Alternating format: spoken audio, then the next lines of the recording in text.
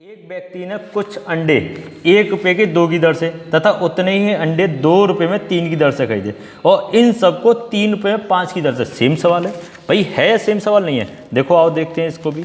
एक व्यक्ति ने 1 रुपये में 2 की दर से, देखो आर्टिकल है और ये क्या है रुपये। 1 रुपये में कितने? 1 रुपये में 2 की दर से, 1 रुपये में 2 की दर से, ठीक है। और उतने ही अंडे 2 रुपये में 3 की दर से, उतने ही अंडे 2 रुपये में 3 की दर से, उतने ही अंडे क्या हो गए 2 रुपये में 3 की दर से, 2 रुपये में 3 की दर से खरीदता है। इन सबको 3 रुपये में 5 की दर पर बेच देता है। पहले तो उतने ही अंडे, देखो वो कह रहा है उतने अंडे, क्या ये उतने ही अंडे? नहीं, सबसे पहले हम क्या करेंगे, अंडों की संख्या बराबर। वो कह रहा है कि 1 रुपये में 2 की दर से खरीदता है तथा 2 रुपये में 3 की दर से खरीदता है, लेकिन कितने? उतने ही जितने की यहाँ खरीदे गए हैं। लेकिन अब इनको क्या करेंगे, बराबर करेंगे। पहले आर्टिकल बराबर करेंगे, 3 का यहाँ मल्टीप्लाई कर दो, इस वाले 2 का यहाँ कर दो, तो आपको क्या मिलेगा 6 यहाँ आ गया।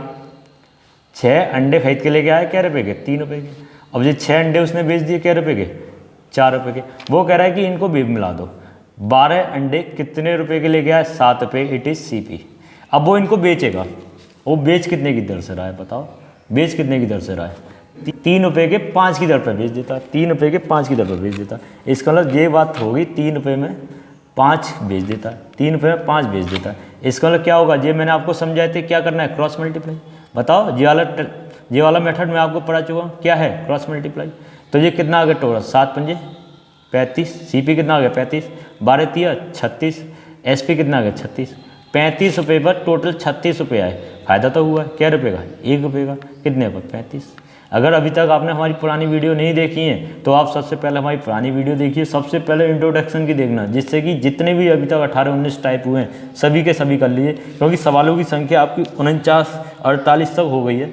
तो इसका मतलब सवाल तो बहुत करा दिए हैं। अगर आप इस चैप्टर को सही से भी करना चाहोगे तो 1 से लेकर 48 तक के सवाल खुद करिए, तो आपको समझ में आएंगे कि किस तरीके से हम इन सवालों को सॉल्व कर रहे हैं। अब देखो 1 रुपये का तो फ़ायदा हुआ है, कितने पर? 35 पर, इंटू 100, 5 सत्ते 35, 5 से कितनी बार गया 20, परसेंटेज वैल्यू कितनी आई 20 बटे 7, 7 एकम 7, 7 दूनी 14, कितने बचे 6, पॉइंट लगाया है ना, कितने बचे 7 दूनी 14, कितने बचे 6, पॉइंट लगाया, 0 बढ़ गया, 60 हो गए।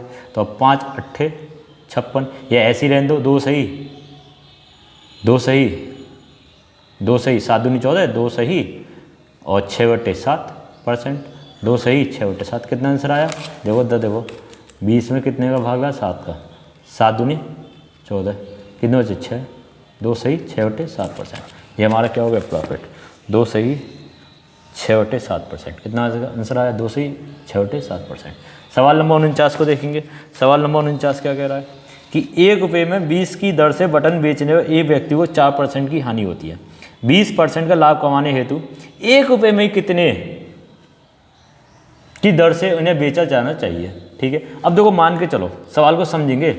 मेरे पास 100 रुपये हैं और इसको मैंने क्रय मूल्य मान लिया है ना, क्रय मूल्य मान लिया कि कोई वस्तु है वो 100 रुपये की आई है। पहले बेचा जा रहा है, लॉस हो रहा है SP1, फिर बाद में बेचा जा रहा है, प्रॉफिट हो रहा है SP2।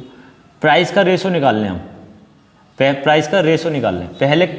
पहले 4% की क्या हो रही है? हानि हो रही है। 4% की क्या हो रही है? हानि हो रही है। मतलब वो बिकी कितने की होगी बताओ? 4% की हानि हो रही है तो बिकी कितने की होगी? बिकी कितने की होगी? बिकी कितने की होगी? 96 रुपये की। कितने % का लाभ कमाना है? लाभ कितने % का होना है? 20% का। 20% का उसको क्या कमाना है? लाभ कमाना है। तो मतलब बेचना कितने का होगा? 120 रुपये। भाई 100 का 20%, इसी वस्तु पर तो लाभ कमाना है। ठीक है, अगर मैं इनके रेशो की बात करूँगा तो प्राइस का रेशो कितना आएगा? 4 से डिवाइड हो रहे हैं दोनों नंबर, 4 दूनी 8, 4 4 16, 4 तिया 12, 0 अभी भी डिवाइड हो जाएंगे। कितने से? 6 से। 6 कम 6, 6 चौक 24 और 6 पंजे 30। अच्छा एक बात आओ, ये रेशो किसका? प्राइस का। अगर मैं आपसे कहूँ क्वांटिटी का रेशो बताओ, क्वांटिटी का रेशो बताओ, तो आप में से क्या कहोगे बताओ? आप कहोगे ना कि सर आपने पुरानी वीडियो में हमें सिखाया था कि भाई प्राइस रेसिप्रोकल होता है 1/क्वांटिटी के, है ना। तो इसका मतलब प्राइस का रेशो बढ़ेगा, क्वांटिटी का रेशो घटेगा। या क्वांटिटी का बढ़ेगा तो प्राइस का घटेगा। इसका मतलब एक दूसरे के क्या है जी अपोजिट, एक दूसरे के क्या अपोजिट। तो इसका क्या कर देते हैं, क्या कर देते हैं, इसे रिवर्स कर देते हैं। क्या कर देते हैं, रिवर्स करते हैं, उल्टा कर देते हैं। अगर आपने सब वीडियो अभी भी नहीं देखी है तो आप सबसे पहले हमारी पुरानी वीडियो को देखिए। क्लियर। अब सुनो यार, इसका मतलब क्या हुआ, अगर कोई 4 रुपये की वस्तु है तो कितनी लेके आ रहा है, 5। अब रेट बढ़ गए उसे, इसका मतलब क्या हुआ, जब कोई वस्तु को 4 रुपये की बेच रहा था तो उसे हानि हो रही थी कितनी, 4% की। अब इसी वस्तु को अगर वो 5 रुपये की बेचता तो उसे 20% का क्या हो जाता, लाभ हो जाता। कितना हो जाता, 20% का लाभ।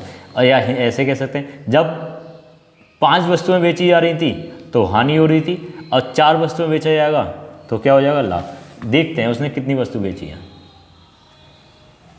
1 रुपये में 20 की दर से, मतलब 1 रुपये में 20 की दर से।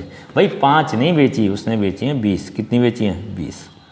1 यूनिट की वैल्यू कितनी आएगी बताओ, 5 चौक 20। इसका मतलब कि वो कितनी बेचेगा, 16 बेचेगा, तब जाकर उसे प्रॉफिट होगा। क्या होगा, 16 बेचेगा तब जाकर उसे क्या होगा, प्रॉफिट होगा। आंसर कितना आ गया, 49 का ए। दोबारा समझ लीजिए इस सवाल को कैसे करा हमने।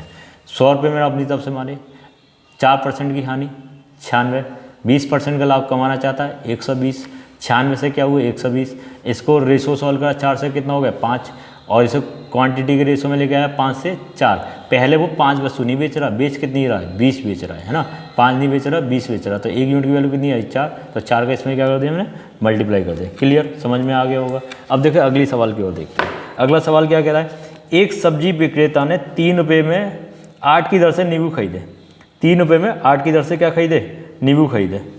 इन पर 60% का लाभ कमाने हेतु, इन पर 60% का लाभ कमाने हेतु इन्हें किस दर पर बेचना होगा, इन्हें किस दर पर बेचना होगा, है ना। अब देखो इसमें सेम सवाल है, कोई चेंज ही नहीं है।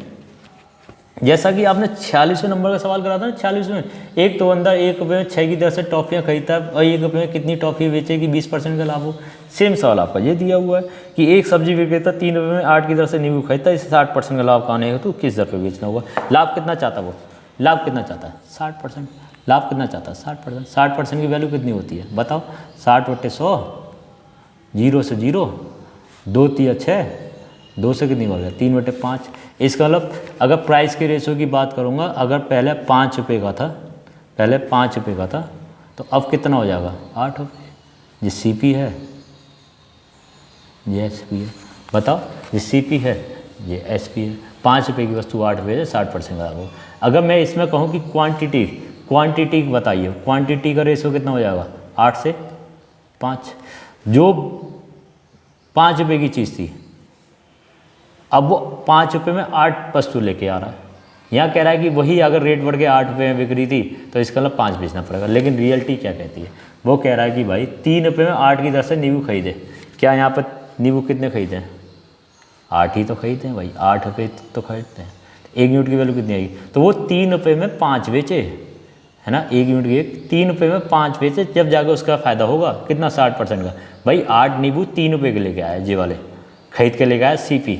अब वो कह रहा है इन्हीं 8 नींबू को अब दुकानदार 3 रुपये में 5 बेचे तो प्रॉफिट होगा। अब वो कितने रुपए की बात कह रहा है कि इसी दर पे बेचे, तो 3 रुपये में 5 जीरा, ठीक है, 3 रुपये में 5, तो जीरा ना 5 बेचे कितने में, 3 रुपये में 5 बेचे, तब जाकर उसको क्या होगा, 60% का लाभ। आई होप आपको सवाल समझ में आ रहे हैं। और अगले सवालों के साथ हम अगली वीडियो में बहुत जल्दी मुलाकात करेंगे। जब तक के लिए आप हमारी सभी वीडियो को देखिए, हमारे चैनल को सपोर्ट करिए और वीडियो को ज़्यादा से ज़्यादा लाइक और शेयर करिए, ठीक है। अगली वीडियो के साथ हम बहुत जल्दी मुलाकात करेंगे। जब तक के लिए हंसते रहिए, मुस्कुराते रहिए, वीडियो देखते रहिए।